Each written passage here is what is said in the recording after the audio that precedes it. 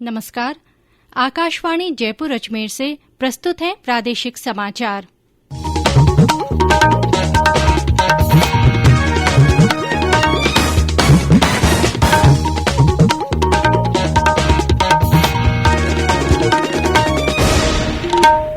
मुख्य समाचार। देश में 16 जनवरी से शुरू होने वाले दुनिया के सबसे बड़े कोरोना टीकाकरण कार्यक्रम की तैयारियां जोरों पर। राज्य में भी तैयारियों को दिया जा रहा है अंतिम रूप। प्रदेश के 90 नगर निकायों में 28 जनवरी को होने वाले चुनाव में नामांकन दाखिल करने की कल आखिरी तारीख। कांग्रेस भाजपा में उम्मीदवार तय करने की कवायद जारी। मुख्यमंत्री अशोक गहलोत ने कहा, राज्य सरकार आदिवासियों के हक और कल्याण के लिए प्रतिबद्ध। बांसवाड़ा के राजा बांसिया भील की मूर्ति का किया आज अनावरण। राज्य भर में मकर संक्रांति का पर्व आज परंपरागत उल्लास और श्रद्धा भाव के साथ मनाया गया। कोरोना महामारी के कारण सामूहिक आयोजनों पर रही रोक। और न्यूनतम तापमान में उतार चढ़ाव के बीच सर्दी का असर बरकरार, शेखावाटी क्षेत्र में शीतलहर जारी।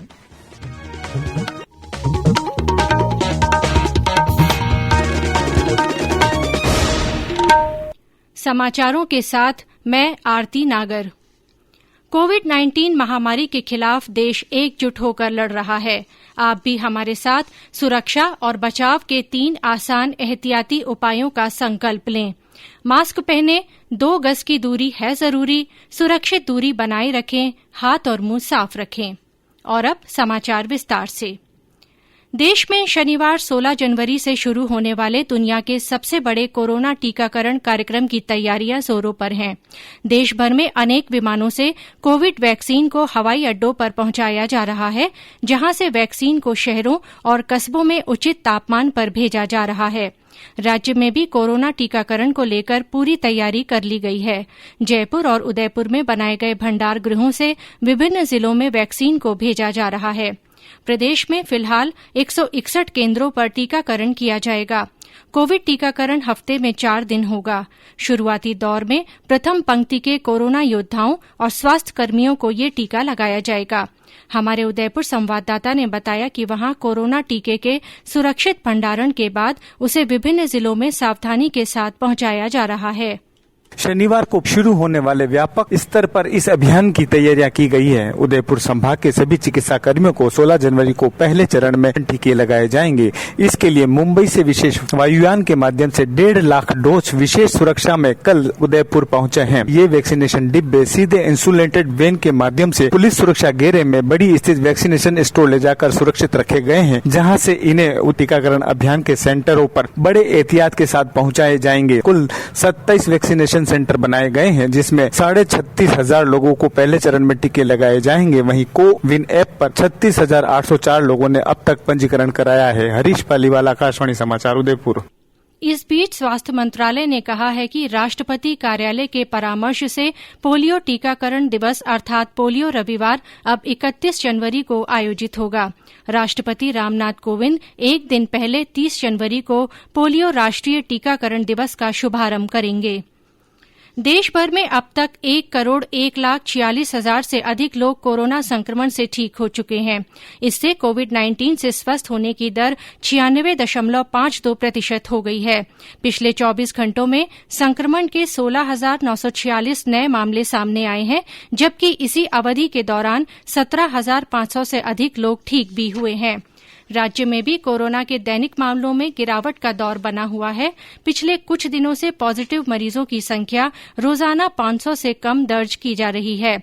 कभी एक दिन में 700 के आंकड़े तक पहुंचे संक्रमितों वाले जयपुर में आज ये संख्या गिरकर महज 36 पर सिमट गई है।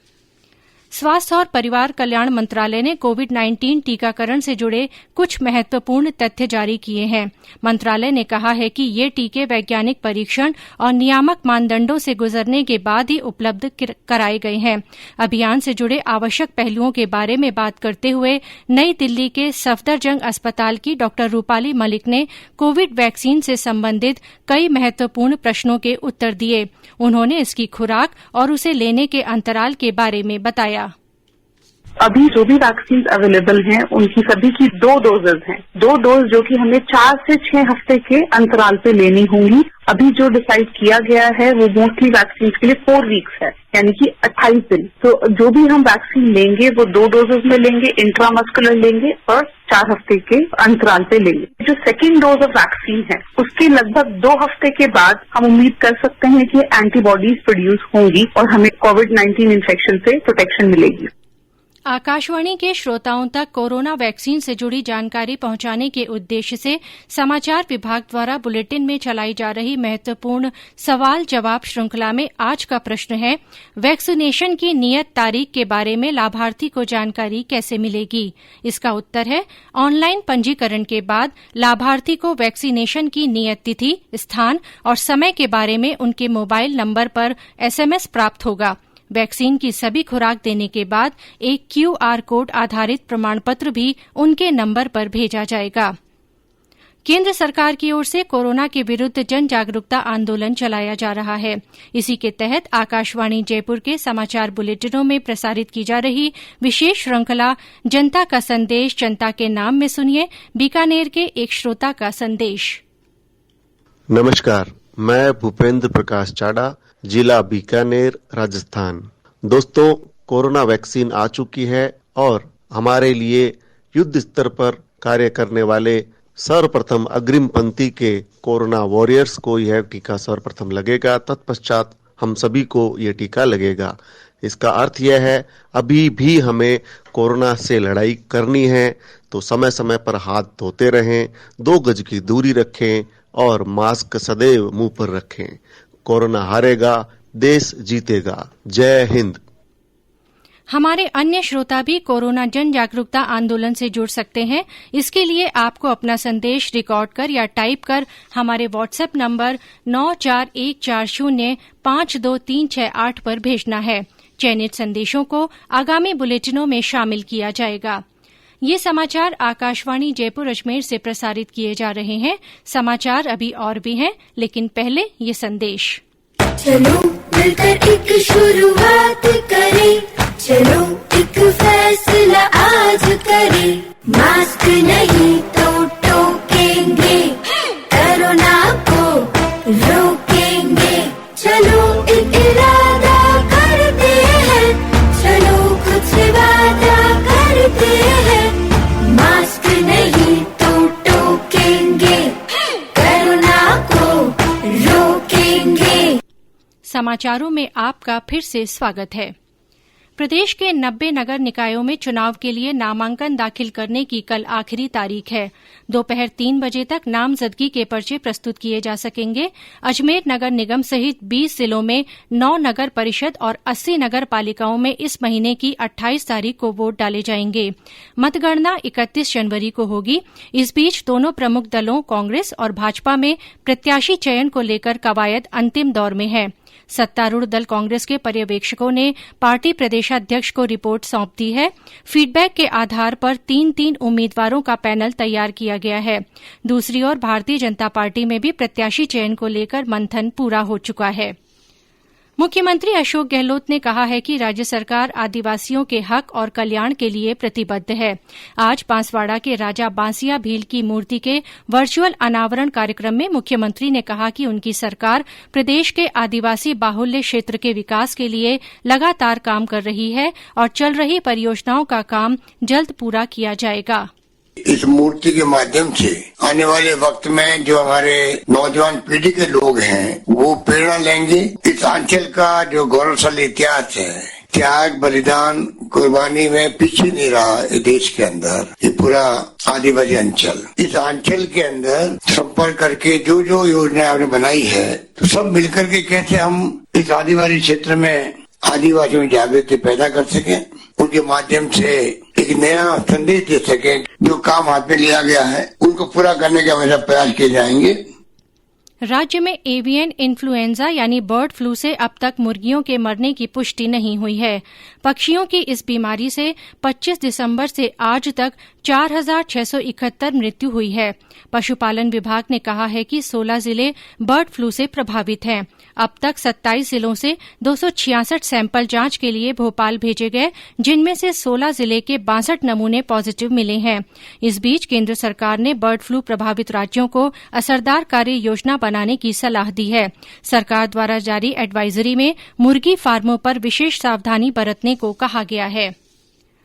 सूर्य के उत्तरायण में प्रवेश का पर्व मकर संक्रांति आज प्रदेश भर में परंपरागत श्रद्धा और उल्लास के साथ मनाया गया। श्रद्धालुओं ने सुबह से ही पवित्र नदी और सरोवरों में स्नान किया और दान पुण्य कर सुख समृद्धि की कामना की। विशेष तौर पर बनाए गए तिल के व्यंजनों को भगवान को अर्पित कर आपस में बांटा गया। राज्य भर के पवित्र सरोवरों में दिन भर श्रद्धालुओं की आवक बनी रही। कोरोना गाइडलाइन के साथ अजमेर के पुष्कर, बीकानेर के कोलायत, बूंदी में केशोरायपाटन, करौली के पांचना बांध और जयपुर के गलता सरोवर सहित विभिन्न स्थानों पर लोगों ने पवित्र स्नान किया। मकर संक्रांति के अवसर पर राजधानी जयपुर सहित आसपास के जिलों में लोगों ने पतंगबाजी का आनंद लिया। जयपुर की विश्व प्रसिद्ध पतंगबाजी को लेकर शहरवासी अल सुबह से ही उल्लासित नजर आए और दिन ढलने तक बदस्तूर पतंग उड़ाते देखे गए। इस बार कोरोना महामारी के कारण सामूहिक पतंग उत्सव के आयोजन नहीं रखे गए। टोंक के देवली में आज के दिन पीढ़ियों से चली आ रही दड़ा खेलने की प्रथा भी आज नहीं हुई। पूर्व सैनिकों के सम्मान में आज भारतीय सशस्त्र दल की ओर से वेटरन डे मनाया गया। देश के पहले सेना प्रमुख फील्ड मार्शल केएम करियप्पा की उल्लेखनीय सेवाओं की याद में ये दिन मनाया जाता है। इस अवसर पर बीकानेर में सेना की रणबांकुरे डिवीजन की ओर से कार्यक्रम आयोजित कर शहीदों को श्रद्धांजलि दी गई। समारोह में general officer commanding major general Michael A Fernandes ने उल्लेखनीय सेवाएं देने वाले सैन्य कर्मियों को सम्मानित किया। भरतपुर जिले की रूपवास तहसील के चक सामरी गांव में जहरीली शराब पीने से मरने वालों का आंकड़ा 7 तक पहुंच गया है। वहां 2 व्यक्तियों का अभी अस्पताल में इलाज चल रहा है। और ब्यौरा हमारे भरतपुर संवाददाता से। जहरीली शराब पीकर मरने वालों की संख्या 7 पर पहुंच गई है और अभी 2 लोगों का आरबीएम अस्पताल में इलाज जारी है। इस मामले में पुलिस ने नकली शराब बेचने वाले 3 लोगों को भी गिरफ्तार कर लिया है और रूपबाज क्षेत्र के आसपास के 16 शराब के ठेकों और गोदामों को सील करने के साथ ही शराब के सैंपल जांच के लिए जयपुर भेज दिए हैं। कलेक्टर नथमल डिडेल ने बताया कि जांच रिपोर्ट आने के बाद ही स्थिति स्पष्ट हो पाएगी। उधर मुख्य सचेतक एवं जिला प्रभारी डॉक्टर महेश जोशी ने बताया कि किसी भी सूरत में अवैध रूप से नकली शराब नहीं बेचने दी जाएगी और अवैध शराब बेचने वालों के खिलाफ कड़ी कार्रवाई की जाएगी। शिव कुमार वशिष्ठ, आकाशवाणी समाचार, भरतपुर। प्रधानमंत्री नरेंद्र मोदी 31 जनवरी को आकाशवाणी के मन की बात कार्यक्रम में अपने विचार साझा करेंगे। ये इस मासिक कार्यक्रम की 73वीं कड़ी होगी। और अब मौसम। प्रदेश में न्यूनतम तापमान में उतार चढ़ाव के बीच सर्दी का असर बना हुआ है। हालांकि आज अधिकांश जिलों में दिन भर खिली धूप रही, लेकिन फिर भी सुबह के वक्त कोहरा छाये रहने और खेतों में ओस बनी रहने से गलन का एहसास बना रहा। मौसम विभाग से मिली जानकारी के अनुसार माउंट आबू में पारा 1 डिग्री सेल्सियस दर्ज किया गया। 12 से ज्यादा शहरों में न्यूनतम तापमान आज 8 डिग्री सेल्सियस से नीचे रहा। वहीं सीकर में 2, चूरू में 2.5, भीलवाड़ा में 4.8 और श्रीगंगानगर में 5.5 डिग्री सेल्सियस न्यूनतम तापमान रिकॉर्ड किया गया। समूचे शेखावाटी क्षेत्र में चल रही शीतलहर से आज भी निजात नहीं मिली है। मौसम विभाग ने अगले कुछ दिनों तक यही स्थिति बनी रहने की संभावना जताई है। और अंत में मुख्य समाचार एक बार फिर। देश में 16 जनवरी से शुरू होने वाले दुनिया के सबसे बड़े कोरोना टीकाकरण कार्यक्रम की तैयारियां जोरों पर हैं। राज्य में भी तैयारियों को अंतिम रूप दिया जा रहा है। प्रदेश के 90 नगर निकायों में 28 जनवरी को होने वाले चुनाव में नामांकन दाखिल करने की आखिरी तारीख कल। कांग्रेस भाजपा में उम्मीदवार तय करने की कवायद अभी भी जारी है। मुख्यमंत्री अशोक गहलोत ने कहा है कि राज्य सरकार आदिवासियों के हक और कल्याण के लिए प्रतिबद्ध है। उन्होंने आज बांसवाड़ा के राजा बांसिया भील की मूर्ति का वर्चुअल अनावरण किया। राज्य भर में मकर संक्रांति का पर्व आज परंपरागत उल्लास और श्रद्धा भाव के साथ मनाया गया। कोरोना महामारी के कारण सामूहिक आयोजनों पर रोक रही।